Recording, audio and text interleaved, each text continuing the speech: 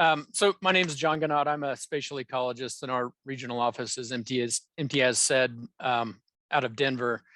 And so we've been working, I don't know, MTS since, I guess, 2016 on different facets of this effort with the climate toolbox and integrating climate change into our SSA process. So it's been a very iterative process, but I think it's really paid really big dividends, at least for us on the fish and wildlife side. And I've said this before, and I'll say it again. I wouldn't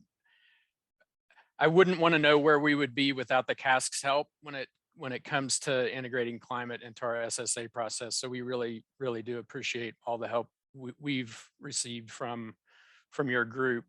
So I'll quickly just go over a few slides here. Amy was showing a lot of those, I call them stoplight tables for future and current condition. But one of the products that we produce fairly regularly, almost on all of our SSAs, is a climate metric table that you see here.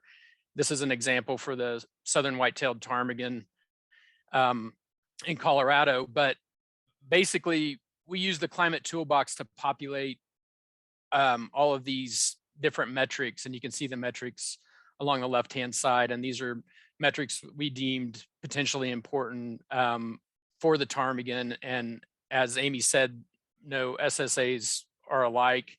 So the metrics change depending on the species, and our best guesses about what may be the most important metrics to include. But as you can see, we have lots of different metrics here. We have seasonality included, and then in this case, we have 3 different climate scenarios that are described as very hot and dry, hot and very wet. And in the associated deltas are the changes from historic for each one of those factors and through the seasons. One thing I would mention about this is that, what we try to do is capture almost all the variability in the scenarios through the scenario selection process. But we definitely come up against, and one of the challenges, I think, and MTS wanted us to talk about some of the challenges that we still face is, while we would like to capture all the variability, if we did that, we would end up with 5 or more different climate scenarios in a table like this. And when it comes down to actually making a listing decision with different regional directors, it quickly becomes overwhelming. And we know that from past experience. So we really try to limit it to 3 or 4 at most, just so we can actually not overwhelm the people who are making the decision. So it's a bit of a trade-off, I guess. And I just wanted to mention that as, that's something that's not going to be easily overcome in the future, no matter what we do with the toolbox. And I just wanted to quickly mention, some of the metrics that I've found that are becoming increasingly important in the stuff we do are the drought metrics, and that's the frequency and severity of drought. And you can see that we've got also high fire danger and this sort of thing. And we're really, for a lot of our species, that's a big one given the ongoing drought and everything else and what we think that may do in the future. And then the bottom part of this, I guess you guys can't see my cursor, but the bottom right part of the table is really kind of the interpretation of all of those metrics and the projections for those. And MTS helps us quite a bit in terms of trying to make sense of what all those deltas mean, in terms of trying to come up with a generalized description of what we're looking at in those different future scenarios. So I'll stop there. Can you go to the next slide, please, Alex? This is just a quick slide to show, this isn't an inclusive slide of all the SSAs we've worked on with the CASC, but it's a pretty decent list of them. So you can see we've worked on a lot of different SSAs over the last 4 or 5 years with the CASC's help. And, this just continues to increase. And right now we know we're really taking a hard look at the Canada lynx, which there's going to be a huge climate vulnerability assessment component to that one. And we're also going to be taking another look at wolverine based on some of the latest decisions out of the courts. Next slide, please. Oh, I wanted to highlight MTAS was lead author on this paper, and a few of us in the service also helped out on it. Did we lose that slide? Oh, there's back. But anyway, so we share this widely within the service, not only within the region, but nationally, because I find it to be super informative in terms of not only links to the climate toolbox and how we've been using it, but also it gives, I think, our biologists a lot better understanding of the uncertainty and how we deal with it. So I always try to plug this paper because I think it's a really good starting place, particularly for new biologists to the service that are maybe dealing with their first SSA. Is a good place to try to wrap their head around what's not an easy, well, I think it's the hardest part of an SSA is the future condition. Next slide, please. So I'm just going to quickly talk about kind of version 2 that MTAS and Catherine Hegwich from University of California is helping to develop. Version 2 of the climate toolbox. Next slide, please. So one of the things I'd mention is that, I showed you that climate metric table, and what you don't see is the behind the scenes work that goes into generating that. And it's up until this point, it's been really labor intensive, and you have to go into a lot of different spreadsheets and crunch those deltas manually, basically. And that's either MTAS or myself or Amy or Alex or whoever the lead biologist is that is kind of responsible for doing that. And it can be kind of a large learning curve. But what I guess one of the things I'm most excited about with the new version 2 of the climate toolbox that's under development now is that process is really going to be streamlined, and you can see the interface here, but you'll be able to choose your scenarios, choose your foreseeable future timeline, and then choose the metrics and the seasonality of those metrics in a drop-down fashion, and be able to generate a table like I showed earlier, the climate metric table, basically on the fly. And if you can show the next slide, I think that's the example. So you'll get a product right out of the climate toolbox that looks something like this, where you have the deltas and you have the historical values, all of your scenarios and all the metrics that you chose. So that's a huge, from a time intensive standpoint, that's a huge time saver. That's going to be a really big time saver for us. And it's going to allow all of our biologists to really be able to do this for themselves and not have to rely on, 3 or 4 people who know how to do it within our region to be able to do that for them. So that's one of the biggest advantages, I think, to the next version. And then the second one that I'm going to talk about, which is the next slide, please, is so we're going to be able to actually have links to the spatial data, the downscaled spatial data for each one of those metrics across whatever the chosen domain was for the species. And where that really comes into play is that we can start actually using some of that data in species distribution models, and not only for current distribution, but also what potentially could be future distribution based on changes in those metrics. So that's as a spatial person, that's one of the things that I think is a huge step forward.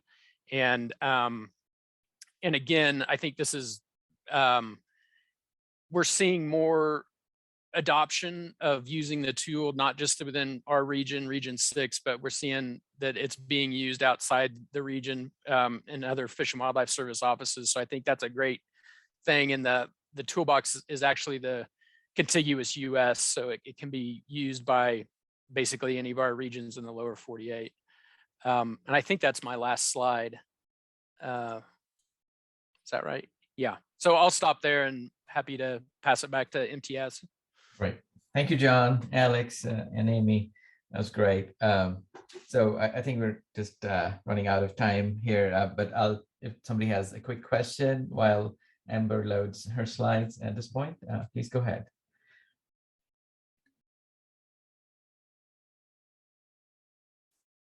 Actually, Amber had a question, which I should have noted, and Amy answered it to some degree, but the question is about thresholds. How do you identify thresholds for climate variables?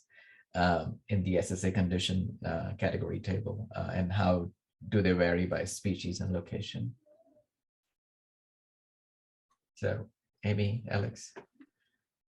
Yeah, the thresholds that, we didn't have a whole lot of information for the species about how it responds to changes in climate. So we kind of had to rely on what little we did have and compare those good and bad years. We knew that there were, years of high germination and years of high mortality that were associated with drought years. And so either drought or high precipitation years. And so we were able to use, those few instances to determine the thresholds in our condition category table. And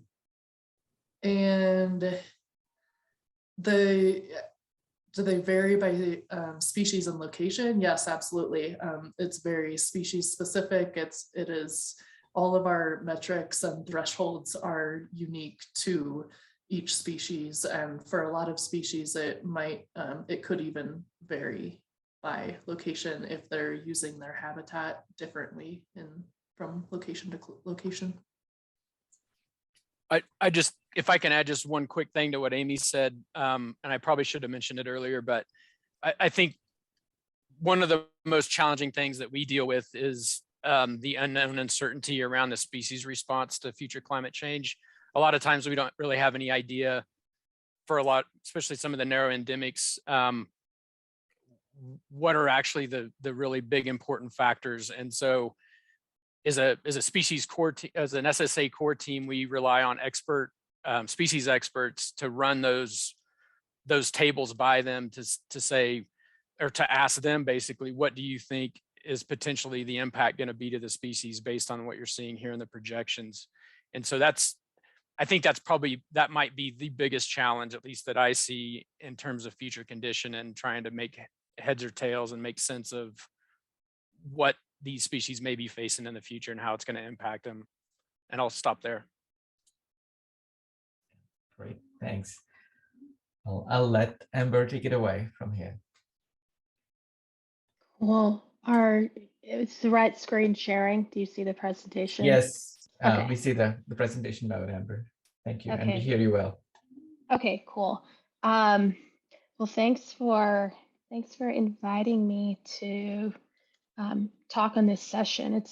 That's a tough act to follow. I'm really excited to hear what Fish and Wildlife Service is doing, and it's cool to see there are a lot of overlaps in our approaches and their approaches. And I want to start by echoing actually what they said, that a lot of the development and our approach to managing for uncertainty and using scenarios is through collaboration with the CASC, particularly Brian and Imtiaz and Brecken, and the work that we do wouldn't be possible without collaboration with you guys. So appreciate that. And with that, here we go. So there we go. The mission of the Park Service, we'll start at the top level, is to preserve unimpaired natural and cultural resources and values of the NPS system for enjoyment, education, and inspiration of this and future generations. And what's interesting to me is that there's tension built right into the mission, that we're preserving resources for future generations, often based on historical baseline conditions, even though most resources already have or will be impacted by climate change. And we're already seeing climate change affecting parks and expecting more climate impacts in the future, not just what we've already experienced, but inevitable change that we will experience as a consequence of previous emissions, regardless of our emissions decisions going forward. And our marching orders reflect this situation. In the past year alone, climate change has been identified as one of the top 4 challenges that must be addressed in the Secretary's priorities. The NPS director's priorities, number 3 is confronting the climate crisis. and for NPS's new order. And then in 2020, Congress passed the Great American Outdoors Act, giving $1.9 billion to parks for maintenance and facilities. And each of those projects required consideration of climate resiliency. So the Park Service has organized its response to climate change around 4 pillars of action areas: science, adaptation, mitigation, and communication. This is mostly what I'm talking about, focused on adaptation, because it's really the key leverage point to help parks respond to climate change. And to identify adaptation options, we found that we need to develop forward-looking goals to consider future climate conditions and consider more than one scenario of the future. And I'll quickly talk through these because Brian stole my thunder talking about scenarios a bit. But when planning, we often look to the past to guide what the future will look like and tend to be overconfident in our ability to predict the future, which can lead us to think narrowly and leave ourselves open to surprises.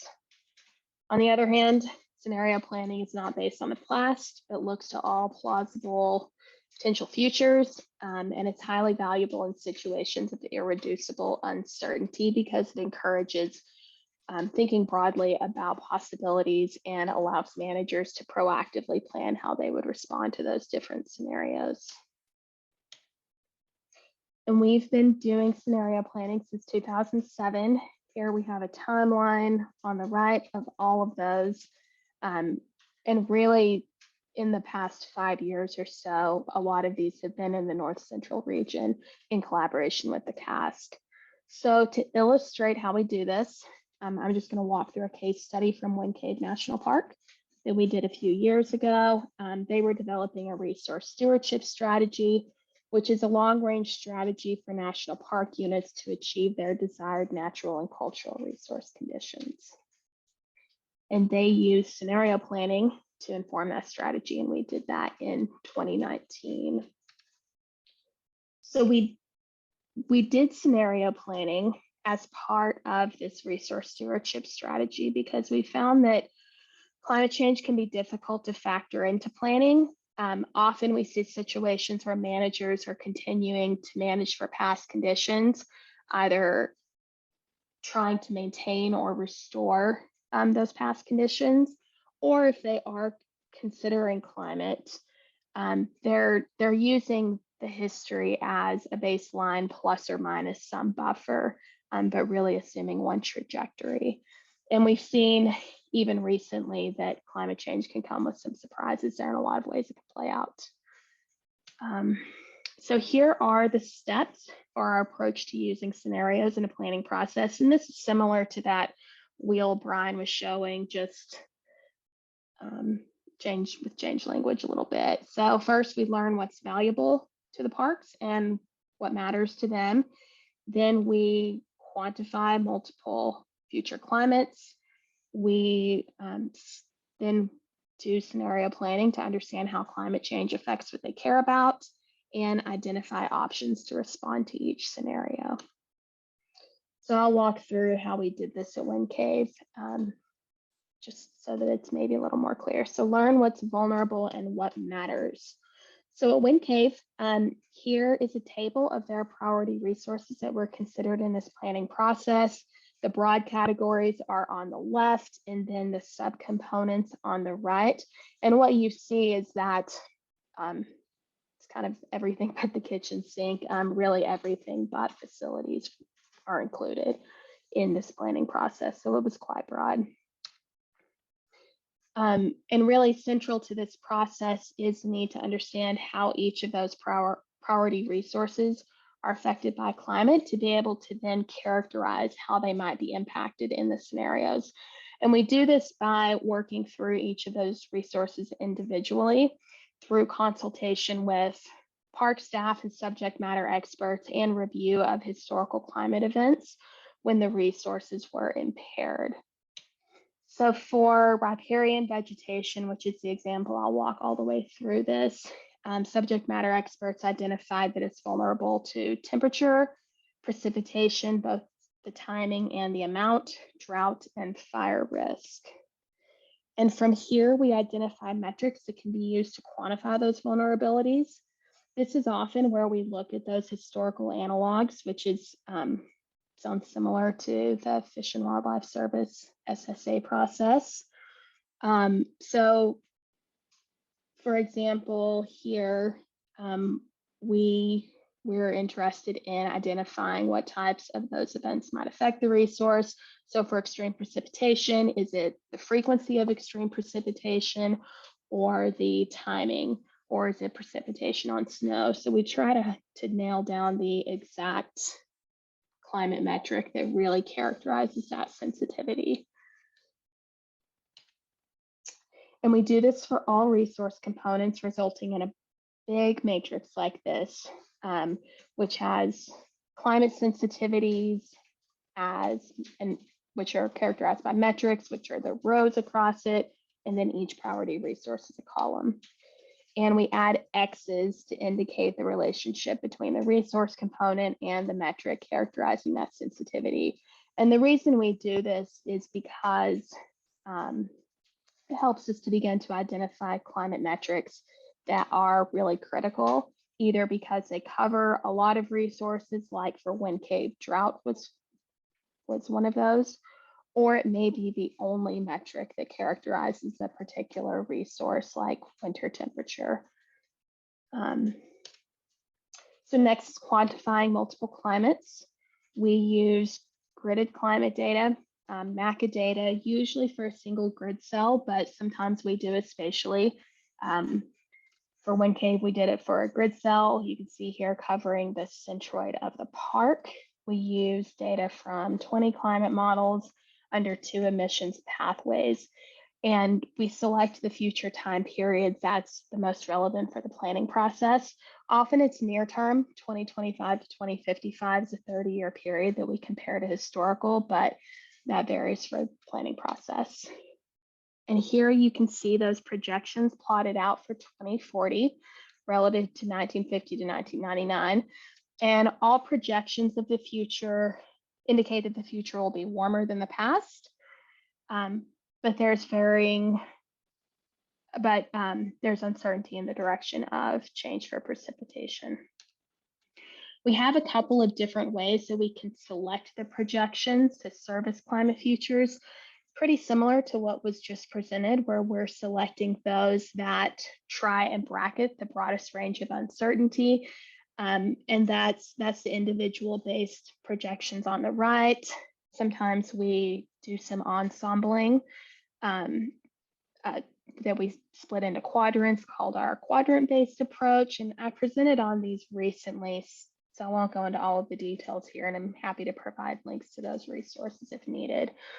But for wind cave, we selected 4 projections that characterize the broadest extent of uncertainty around the most critical metrics.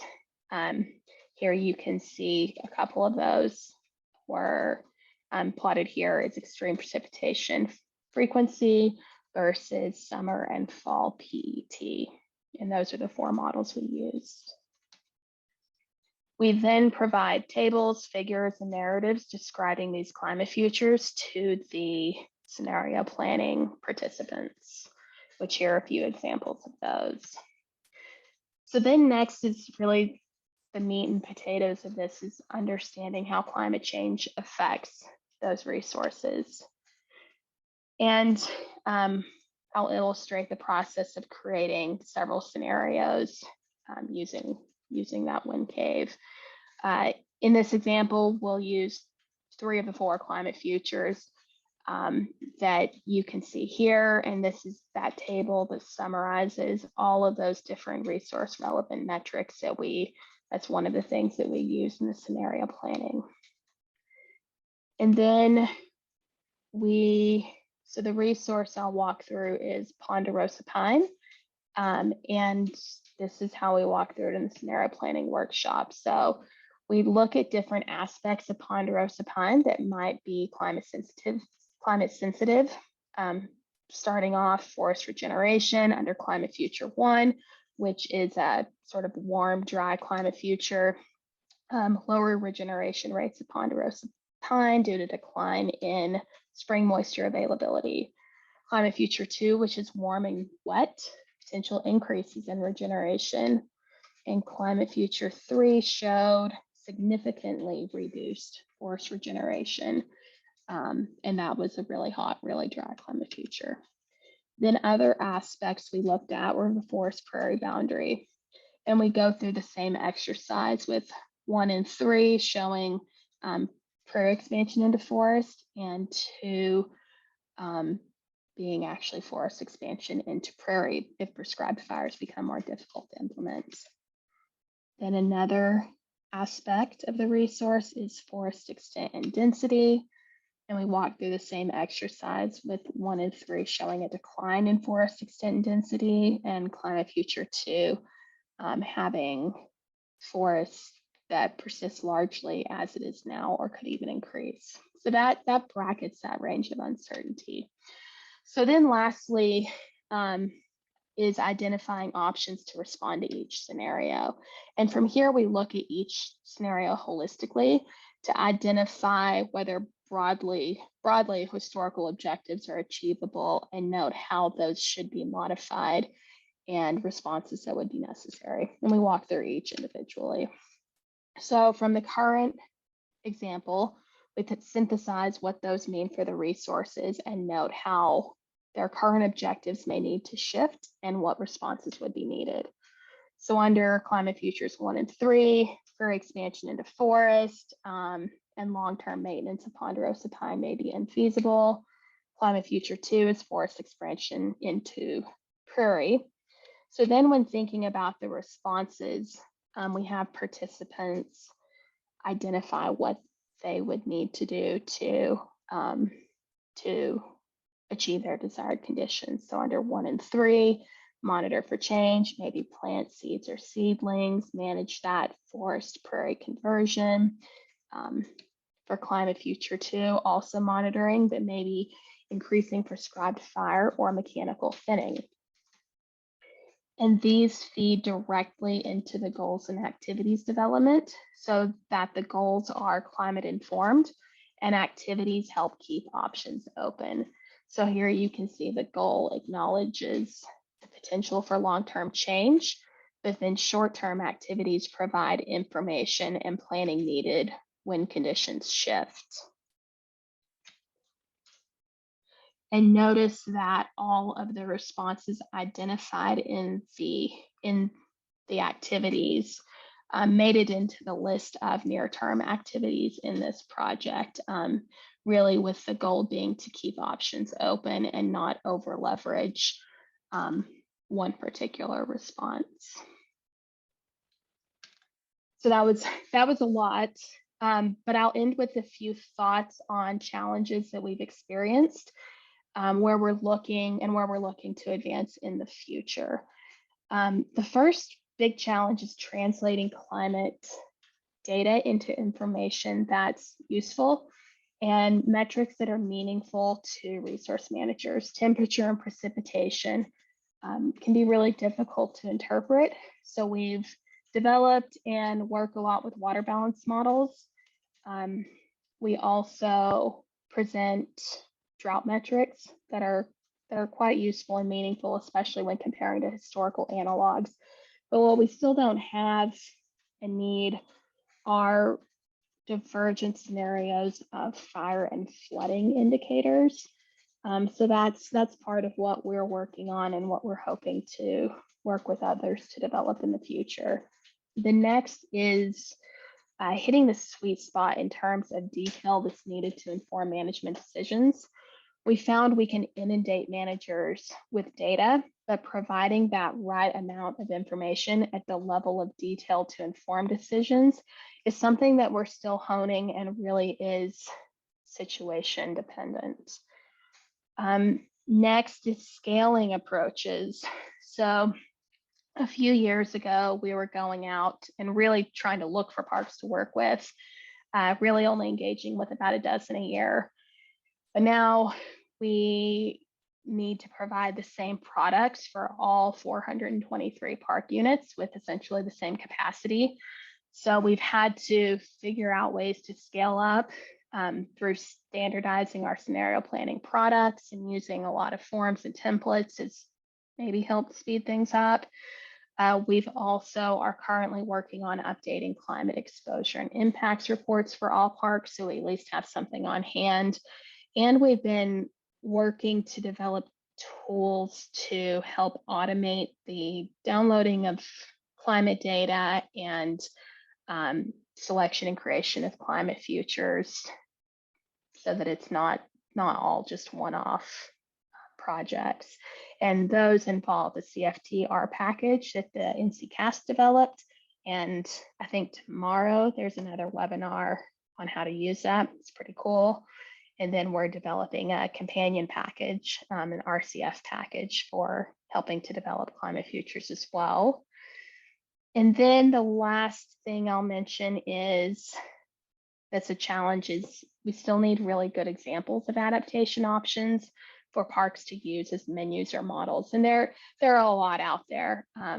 It's a capacity problem because it takes a lot of time to develop those and keep those current. So with that, I'll finish here and hand it back over to Imtiaz. Thank you, Amber.